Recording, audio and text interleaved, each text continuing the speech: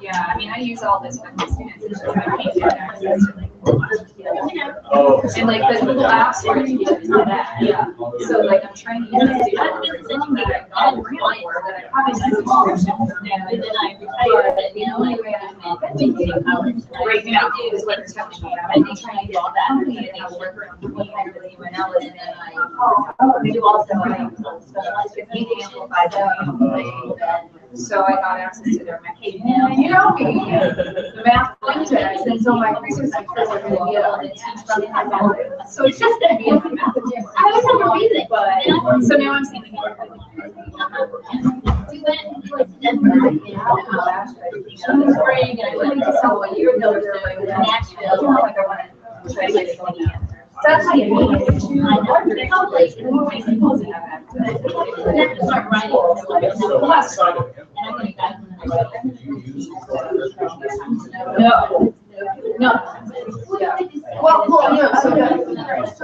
yeah. Right. Education. So, you know how, like, when you go to sign up for a graduate, you have to get the university to get the person in charge of UNL. You can change the code. That's never going to happen. That's it. I don't know. We're trying to push it, and I think I want to get a new one. I got a new visual accessibility. I got it. There's something to be nice.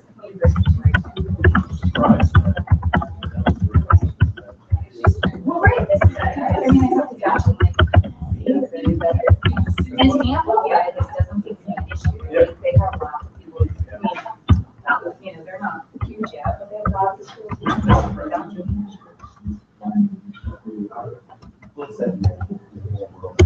Yeah.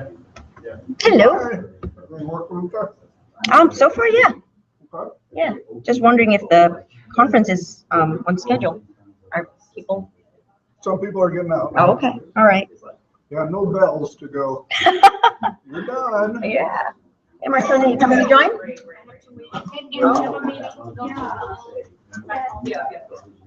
Nice to see you. Let's be in touch. And I've been fine until this. Do you need any audio? No, I don't think so. I'm just gonna experiment with this for a bit. Hopefully, we'll. Otherwise, there isn't audio. Yes, So yeah. That's fine. But this is audio output to the room. Right. Yeah. That's not what I'm doing. So don't worry about it. Thank you. Good enough. Yeah. Great. So I looked at it through Josh's account. I'm like, yes, I do that. I just look at it on his screen, but yeah. Well, I'm sorry I missed the beginning. I was saying I had it off. But thank you. See ya. I just wanted to say hi. Hey, remember me? We've been classes together. Oh, did we? Okay, good. Yeah. What class were we in? Okay. That, and maybe Mark. high school reform? Probably. Yeah, probably high school reform. Perhaps. So, yeah. Anyone knew you from somewhere, but I don't remember contact. Are you finished? I'm done. Yeah, what about you? I could finally have someone who can be more hard to see. Like reasonable things to say. I did reconnect with them on, yeah, I just had my porch on there, I finished that chemo. Congratulations. So, we'll see. So you got that yet?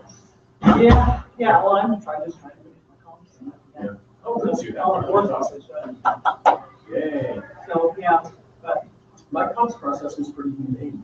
Really? I went yours is sweet. yeah, I would hope so. But I had Margaret as an advisor, who's the most humane person in the universe. So I kind of Is she was done? pleased by her. Yeah, I think Ted must be kind of right up there, yeah. But yeah, she's actually. Yeah. I'll see her at conference. Oh, yeah, come on right up to the front row. I don't bite. Yeah. It was good to see you. Yes, you as well. Yes, I am teaching here now. Yeah. What do you teach? Below expansion. I'm in the health and human development. If you're looking for LPS connection, every assessment specialist is signed.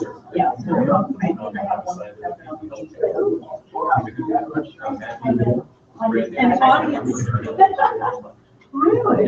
So if you roll the contract. Okay, absolutely. I'm just running into you all the time now. I know. I'm like, what you guys do? Yeah.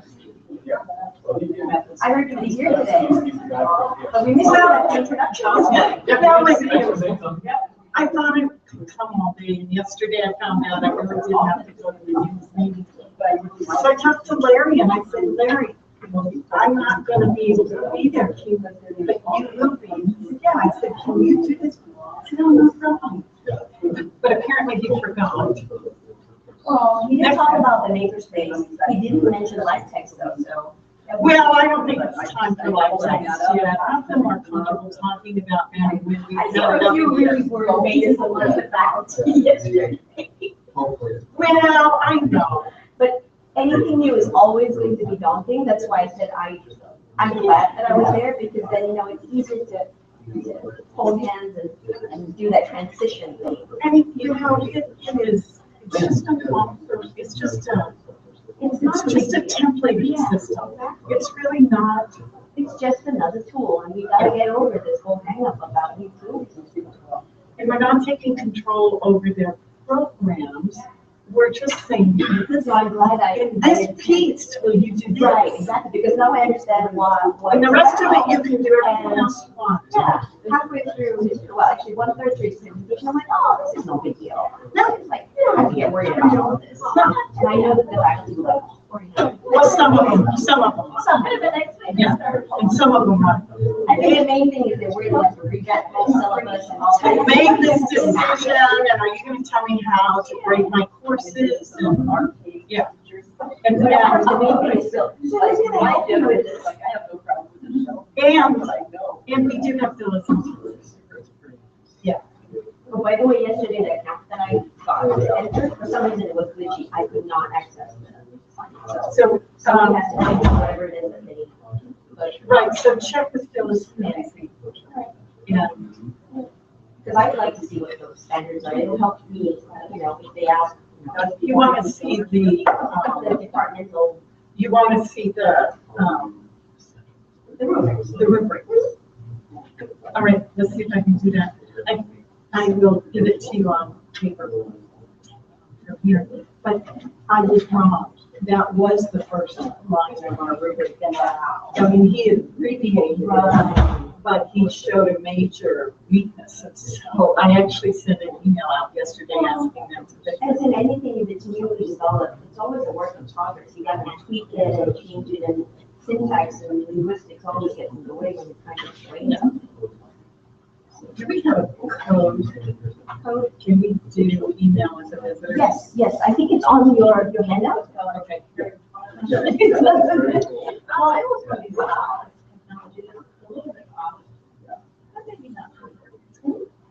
I have a little tablet that I got with my new right?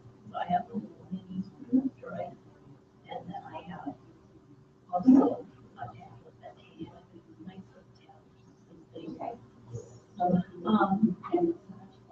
And I'm just going to be evaluating this fall a number of preschool children in our child lab preschool. And this is not also the year which is an online evaluation program. And so to get evidence from the classroom for the program, I'm wondering if that would be a wonderful tool. You could take pictures of the children and you could document. I can use some ideas. I'm wondering how, if there's an app that I could put Oh, on there's that we were probably really on the good hardware itself, there's apps that. for like recording each of the children in the group and Okay. adding documentation. We'll talk after this. Well, welcome everybody, and my name is Rose. I'm going to start. If any of you would like to follow along and participate, I would really encourage it. We do have a few people online who are watching this. Don't worry, they're not watching you, they're watching me. Because my camera here is on, and I actually can't see what they're doing right now, but they were on early and wondering, when do we start? So I'm going to start right now so that we don't delay any further. What I'm going to do today is an experiment. The title of this presentation is about giving feedback using digital tools. So I'm going to simulate We are going to simulate an actual classroom or an actual learning session. And you guys are going to be quote unquote students, and I'm going to be quote unquote the instructor, and we're going to see what it takes to actually give feedback in a realistic and meaningful way.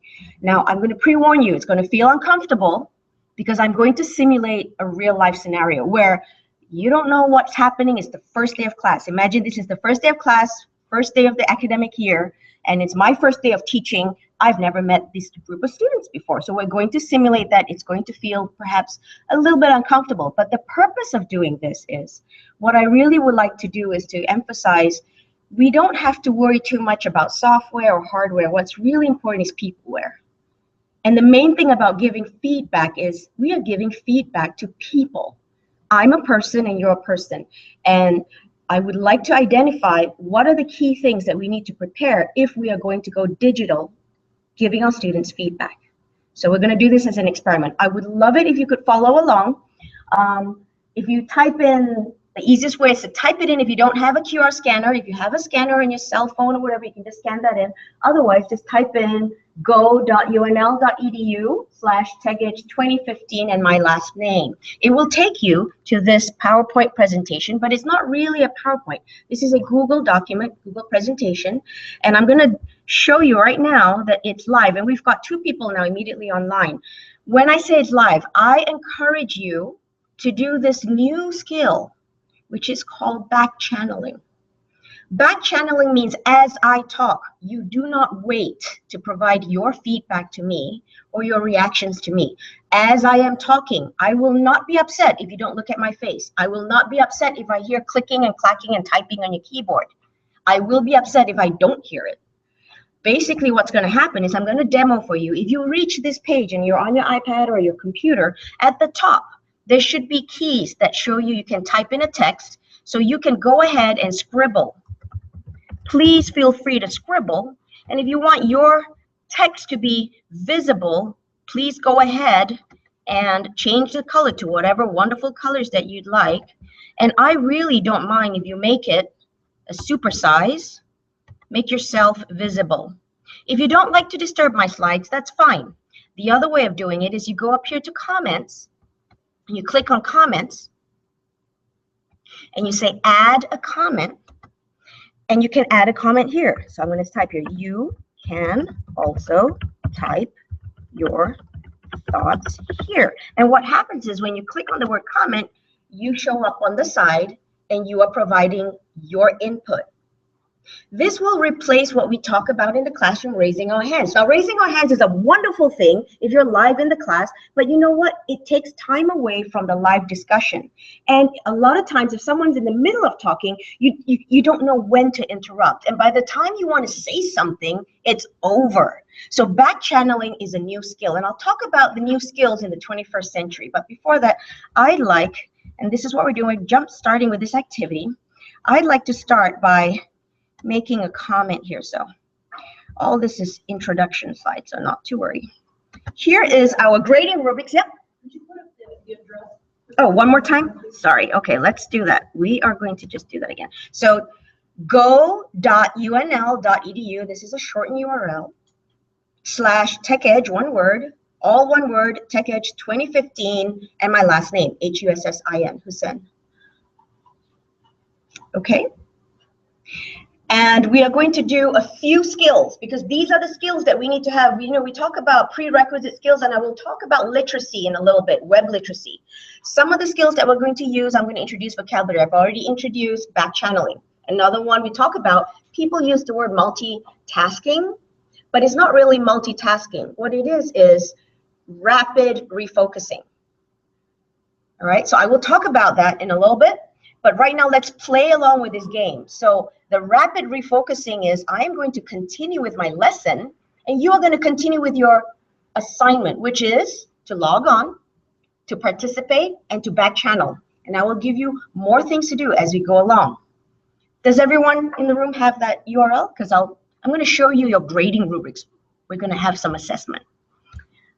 Don't worry, we're not really going to assess you. This is just going to be a fun simulation. And what I thought I'd do is to use the same vocabulary that educators are familiar with. So when we give assessments to students,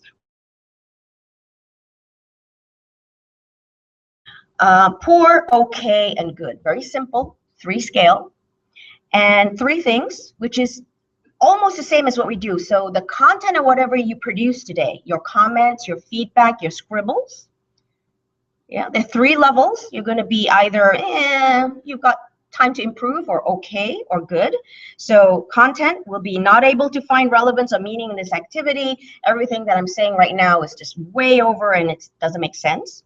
On the other extreme, it says clear description of correlation. So if you think that what I'm going to be saying in the next 30 minutes or so, I'm going to give some time for question and answer, and bear in mind, whatever you back channel, I will respond. If I see comments on the side, I will respond. So it's my skill too as an instructor. I need to be alert to your back channeling, because if you're providing for me input, I need to be noticing that side panel that somebody's putting in comments. So it's not just skills that students have to learn, it's skills that you as a teacher or as a professor teaching teachers how to become teachers. Yeah, the skills work both ways. Delivery, are you guys able to participate in this experiment?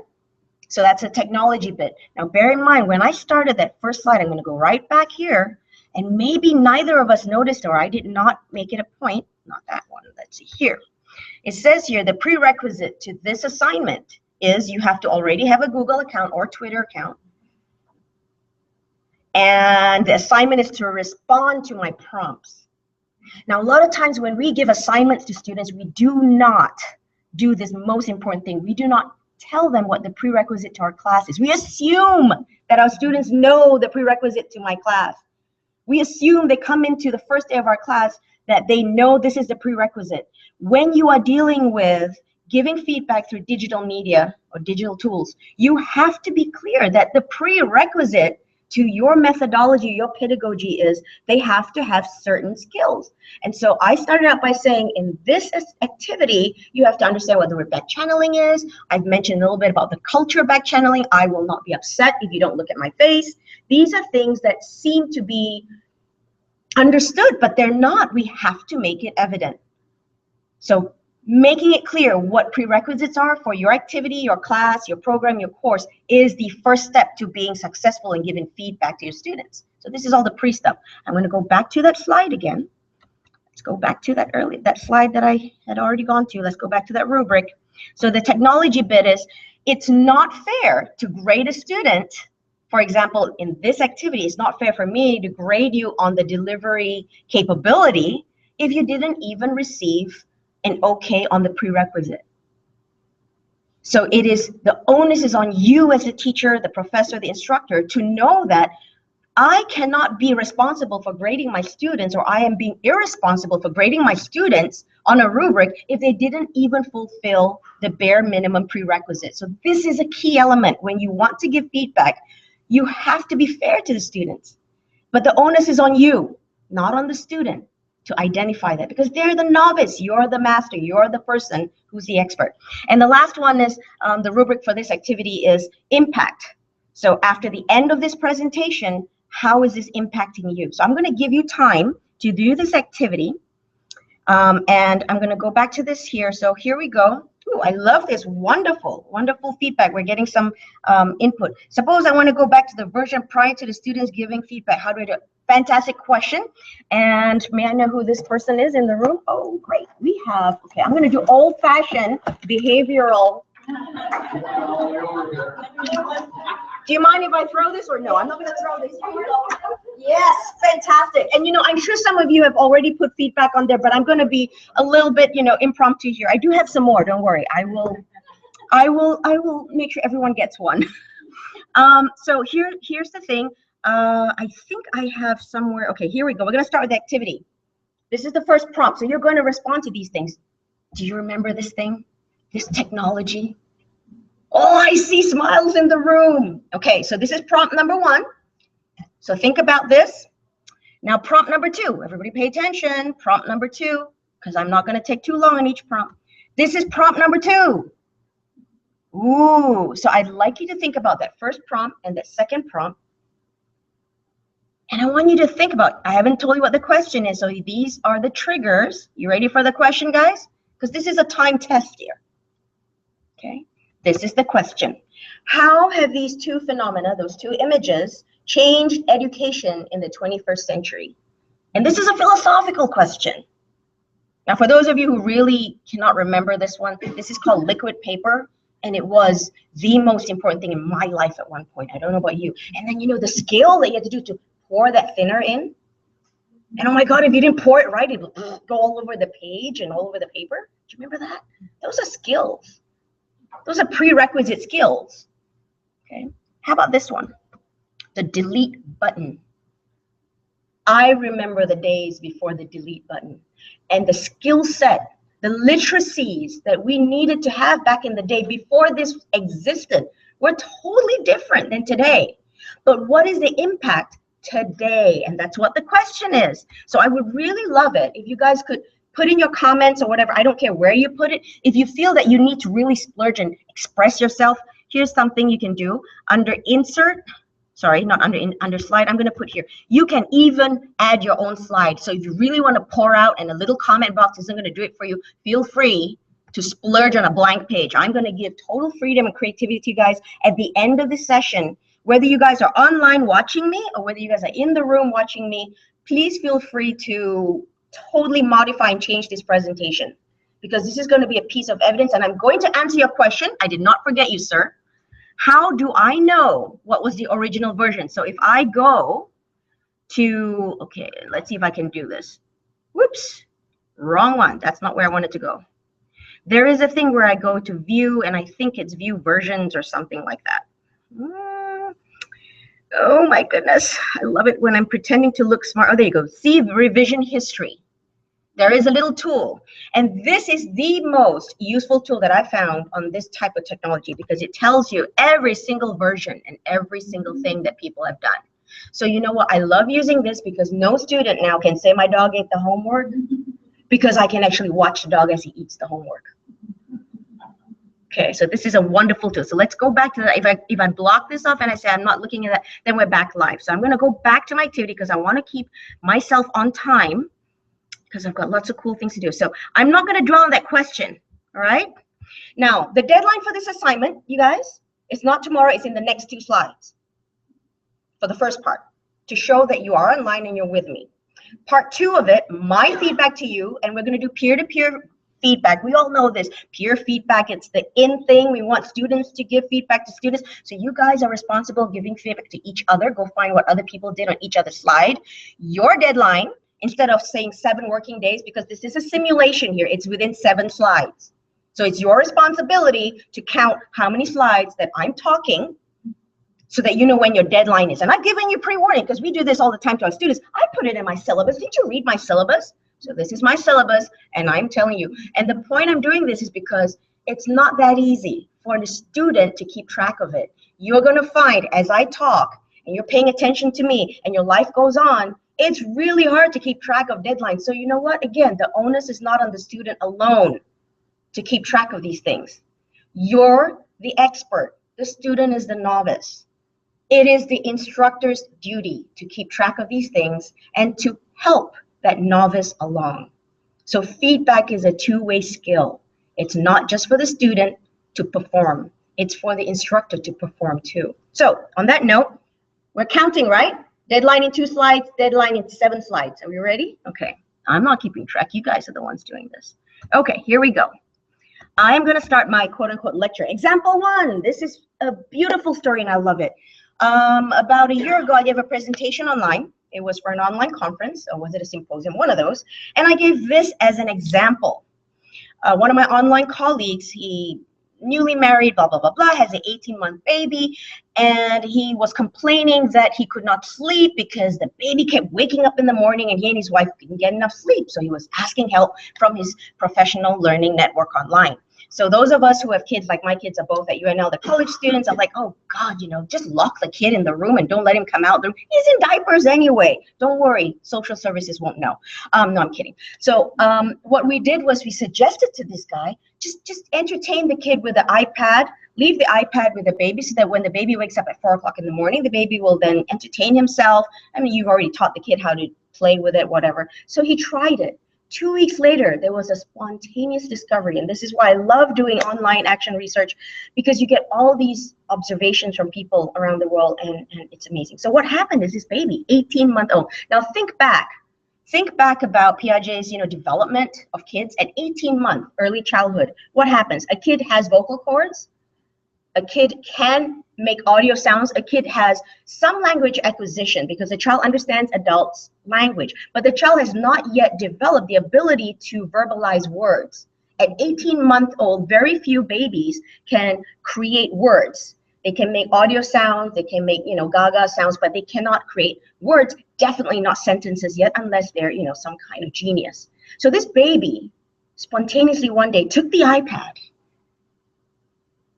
went up to the dad, and spontaneously discovered how to use this little button on the side. I mean, he already, through modeling, learned how to do Google search through image. We've all seen babies do this nowadays. It's not a big thing. iPads have been around for how many years now? But this kid, and this was last year, clicked on this button and spontaneously discovered that the iPad can speak. So he Googled what he wanted, clicked on that, and then shoved it up the father's face and said, chocolate. So he could communicate with the dad what he wanted. Now, what does that mean? This child utilized technology to augment what he could not do with his vocal cords. Now, how does that impact education? That child, 18 months, in 4 years, in the 4 years that it takes to graduate a bachelor's of teacher ed, that child will be in kindergarten. Are we preparing our undergrads to teach that child? I dare challenge, most of us are not. With all due respect, I don't think any of us are preparing our pre-service teachers to handle that child. That's story number one. I move on. Have you guys been keeping track of how many slides I'm going through? Don't forget your deadline, your homework, okay? All right, so now bear in mind, this is all a trick question. This is all just a game. Don't feel stressed out. I'm gonna tell you next story. This is my lecture, okay? We're in module 2 now, okay? I'm simulating a real class. Module 2, taxi driver. I just came back into the United States. I was away for 5.5 weeks. I was traveling in Malaysia, Indonesia, and Singapore. I'm very, very proud and thankful. One of my former graduate students is now principal in an international school, and I was invited to give a training to her faculty. So I went in. Now, in one of my trips here and there, coming from the airport when I was in Indonesia, it's somewhat of a third world country in some parts in Indonesia. So, I discovered there wasn't really full-time electricity. There was no garbage pickup, whatever, but I was absolutely bowled over. My cab driver, who could not speak a word of English, had his cell phone stuck with a Velcro on top of the dashboard, and in real live time was doing this, multitasking, driving, and checking out which roads to go so that he could avoid all the traffic jams. I mean, this is a guy who can't speak English, and yet he's navigating these apps. And I discovered the apps he was using I never heard of before. And my job has the word technology in it. Very embarrassing for me. It was amazing. The point I'm making here is that's a whole different type of learner. And that's a whole different type of paradigm. The next slide I got online from some of my online peeps. Have you guys seen this one? When I saw this, I had chills down my spine.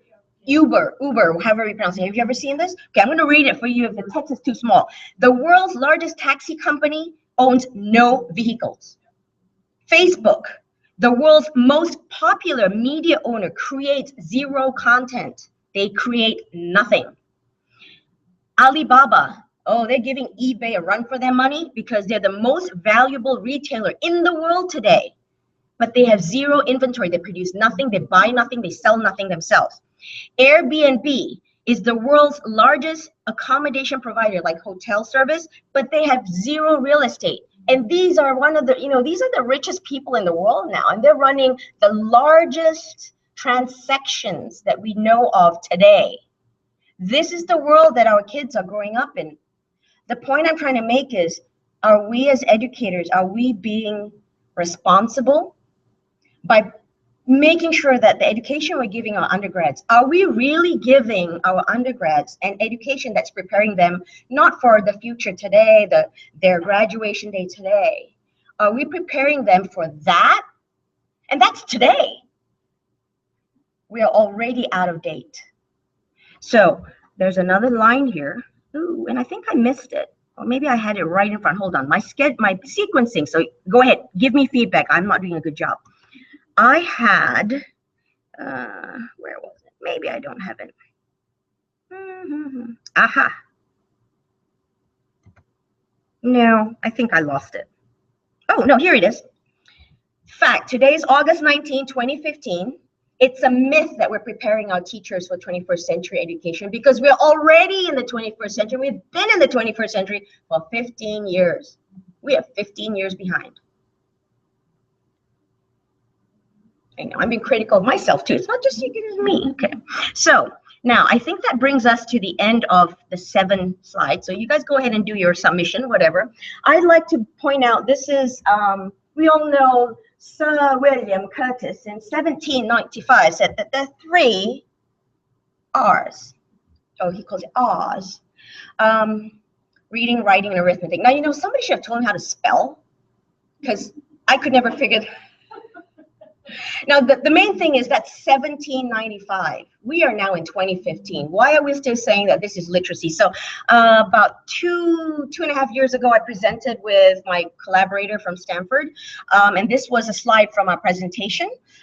So we proposed 5 R's. And the 5 R's are reach. That means how do we reach out to another person? That is a literacy. That is a competency. How do we respond to others? And then the key thing is we all have to do research, even if research means Google it. Even Google it now has become a verb. Our ability to find and to make sure that it's valid, the stuff that we find is valid. And then we need to be able to reflect on it and most importantly, reiterate it. And all these 5 things, guess what, has to happen in split second. Are we teaching these 5 things to our students? I challenge people to really think about their syllabi. Are we adding this to our core competencies? Are we adding this? So I'd like to introduce you to the Mozilla Web Literacy Map. 2.5 years ago, Mozilla funded a crowdsourcing endeavor to create what they call, it started out as being called the Web Literacy Standards. The second version that we published, and I say we because I was in this community. A group of us online worldwide, we contributed our time and we came up with now what we call the Web Literacy Map. You can go online and just Google it, you'll find it. So we identified what are the things that we would consider to be web literacy standards. So you're welcome to go check it out. The whole thing is online. So I'm not going to dwell on that because you can go look it up yourself. So I left this blank slate. Please fill it up with whatever you'd like. And what I'd like to do is I'd like to show live hands-on examples, some of our faculty at UNL, the cool stuff that we're doing at UNL. I'd love to showcase that, and I know my assistant dean is right here. And maybe some of the things that we're doing you're not aware yet that I'd love to show off to you. Well, I'd like to bring in, this was the slide that the previous presenter in this room showed, this model. And and I think the keynote also mentioned this today. So I found it really interesting because all the things that he was talking about in the keynote were very similar. This was a slide back in, and if you look at the date, that 2001, this was my thesis way back in 2001. And it was really interesting for me to hear today in the keynote that these are exactly the same things, same stuff, different titles, different vocabulary. I'm not going to dwell. But the stuff that I'm going to show you today, the things that we are now experimenting, and I use the word experimenting at UNL because we don't know what's going to happen. We are trying out new methods. We're trying out new pedagogies. I'm sharing it today because maybe it'll spark new ideas how you guys can do it. The previous speaker talked about the Swiss Army knife. So I'm going to show you stuff that we're using with jerry-rigging tools. We're using tools in a way that they were not designed to be. And if you guys have better ways of using it, I would love to hear about it. Now, this methodology of experimenting and crowdsourcing, that's another vocabulary. So I introduced back channeling. I introduced rapid refocusing. That means we don't use the word multitasking anymore. We call it rapid refocusing. And now the third one is crowdsourcing. Crowdsourcing is something new. It's a new philosophy. It came about when the first MOOC came out in 2012. This is MOOC 2.0. Again, this came from a presentation that I did 2 years ago. And I can't believe it's been 2 years now, with my collaborator from Stanford. We call it MOOC 2.0, which redefines the original MOOC 1.0 is what? Massive open online courses, which has become a bad word, or people say, oh, it's horrible, it's passive. This is different. This is mobilizing open, ongoing, connectivist communities online. So basically, it's peopleware, okay? I won't go too deep. I'll just kind of tell you that's the background of the stuff that I'm going to show you today.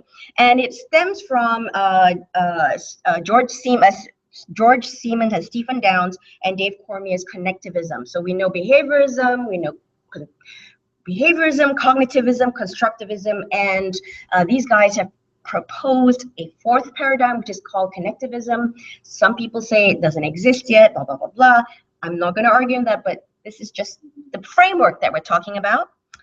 This was the MOOC that I ran with my Stanford collaborator. I won't even go into that. This is just history. And I'm going to show you some examples from UNL. So Guy Trainin, my co-presenter, who isn't here today, he's in Israel. But I will show you 2 courses that I think are pretty interesting. One was a baptism by fire. It just completed this spring. That's the middle column here. And it was a course in sports education. And the other one is by Bill Lopez, a good friend of mine in the faculty. And he's been doing this, I think we are now in our 6th iteration. So one is an example of a baptism of fire. First time, this instructor had never used digital tools at all in her class. She was always paper and pen and photocopy and running around. And Bill has been doing this for 6 iterations. And it doesn't mean it's 6 courses, because every semester he does like 3 courses. So I don't know, maybe 18th iteration or whatever. So we figured out all the glitches, at least for his stuff. So I'm going to show you that. We'll start out with Blackboard. And how am I on time? Can somebody tell me when am I supposed to stop talking? Because I want to. Okay, so I've got 5 minutes. All right, so I'm going to really skim through and run through. This is the Blackboard by the class that sports education. I'll just give you a background. This instructor, she's actually the coach for our state volleyball team. So she flies around the country and sometimes around the world. She has no time, but 3 times a week she used to fly back to Lincoln and give a lecture. Now, how wonderfully financially efficient is that? So she came to me. She never known about doing things digitally. She came to me because she had heard about some of the crazy things that we were experimenting in the College of Education.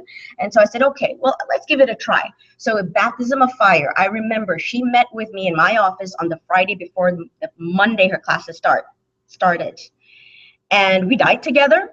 We laughed together, we cried together, but we had the most awesome time.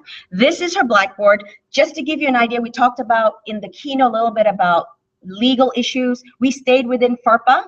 I'm not going to go through details. We did. We stayed within FERPA. We made sure all the submissions were online. There are loopholes. I was talking to our keynote speaker right there. I said, I found a loophole. And so if anyone's interested, come talk to me, because I don't want to make it public. You know, I might get arrested. So anyway, so no, it's all good and compliant. I actually did talk to the UNL lawyer, so he said, oh, that's a clever way of doing it. So if you're interested, come talk to me. So we had all the official stuff through Blackboard, but this is her, these are all the assignments. So we created a closed circuit communities, Google communities, and all the students did all their homework here. And this is what their homework looks like. Can you imagine how much fun the students had? Now, previously, and you can see that this is, you know, the students, the assignments were the same. They still had to read the textbook. They had to identify this. by the way, the content of this course was, it's like a cross between being a doctor, a medical practitioner. You're going to the site, you're identifying what the broken bones is happening live on site, and then you have to know what splint to put, what dressing to put. And I mean, it's a live, there's a practicum 3 times a week. So they still went through the whole shebang, but all the homework was done online. And what happened was this instructor went from 3 times a week having to fly back to Lincoln to 1 time a week, but the other 2 times a week we had classes as usual online, and the students loved it because they didn't have to wake up at 7:30 in the morning. They did all their work online, and they got all their notifications to their personal cell phone.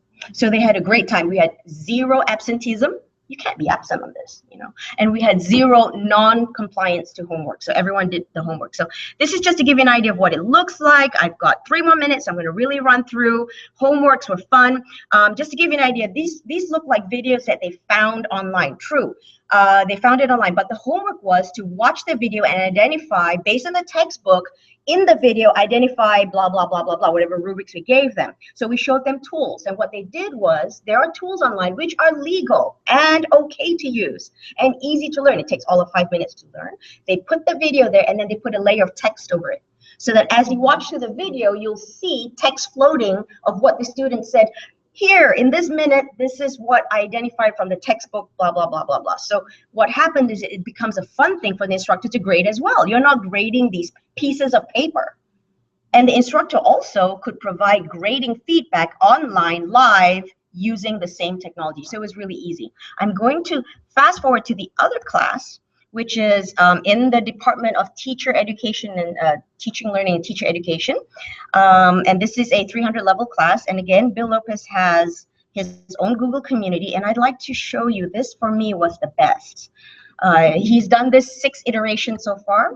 We've been at this for 3 years now. If you notice, this is a student, look at the way that this student did not know how to do the homework online. So he just wrote it on paper, photographed it, and posted it. So we're talking about the ability to have students be autonomous at whatever level of technology that they're comfortable with. They don't have to use high tech. They're given the freedom to use whatever low tech that they feel comfortable with, but with a simple thing like clicking a camera on your cell phone, I mean, that's something almost everyone knows how to do.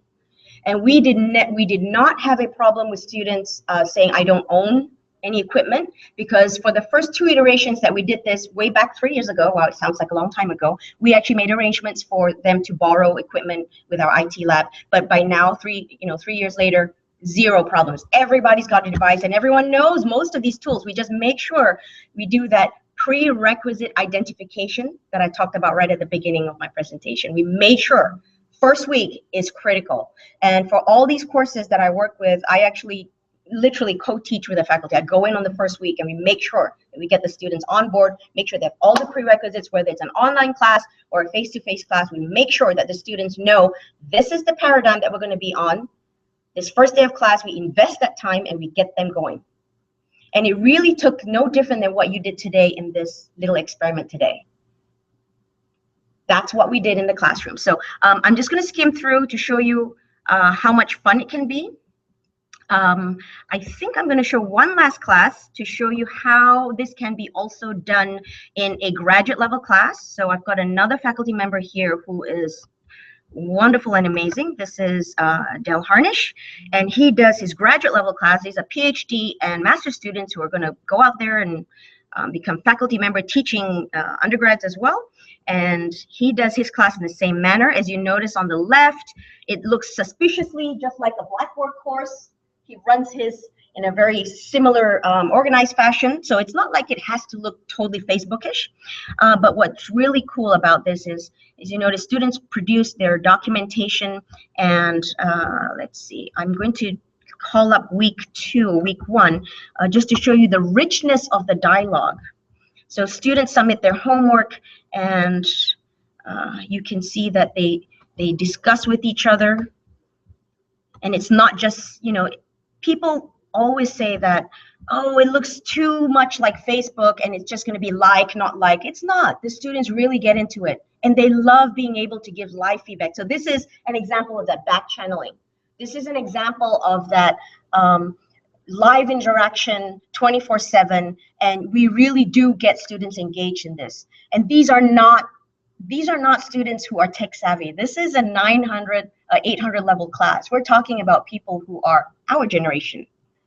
And they learned it all in 20 minutes on that first day of class. So with that, I would like to open the floor to questions or online. Does anyone know if there's any questions online? Is there anything on any slide that I need to check on over here? No? Yes? Or anyone in the room have questions or feedback? Silence. You all fail. I'm kidding. Oh, I just had a thought. Uh-huh. Way back. I don't know why it is, but it is true that you were talking about the 18-month-old child. Mm-hmm.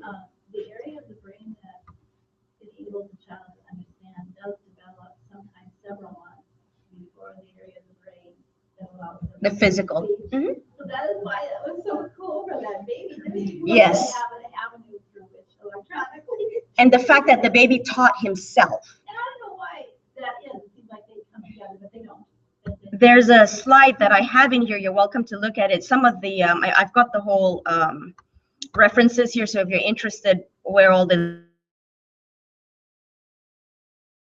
I love to show. These are 3 vocabulary that maybe 2 of them you know. Pedagogy, we all know what that means. Andragogy is specifically pedagogy for adult learning. Heutagogy, maybe some of us may have not heard it yet. And what heutagogy is what that baby did. It's called self-directed learning, which is, sorry, not self-directed. I correct myself. Self-determined learning. Self-directed learning means somebody else can still provide the syllabi. Somebody else provided the learning objective. But self-determined learning means the learner is so in tune with his or her own needs, and he or herself will decide what the objective is for that learning activity. And we need to learn as instructors, as teachers, how to respect a heutagogical learner, because that's part of that 21st century, which we're kind of late 15 years into. And I am so humbled, like I said, even by the cab driver in this, you know, third world country that I was in a few weeks ago. I literally, I told him, it's like, I'll pay you. Let's keep driving around the block because I want to learn what apps you know. And I did that. I paid him an extra few more blocks because I wanted to know what apps this cab driver, who can't even speak English, he learned how to use these apps. And I was totally amazed. So, you know, humility and the willingness to learn from your learner is definitely a skill, I think, in the 21st century. So.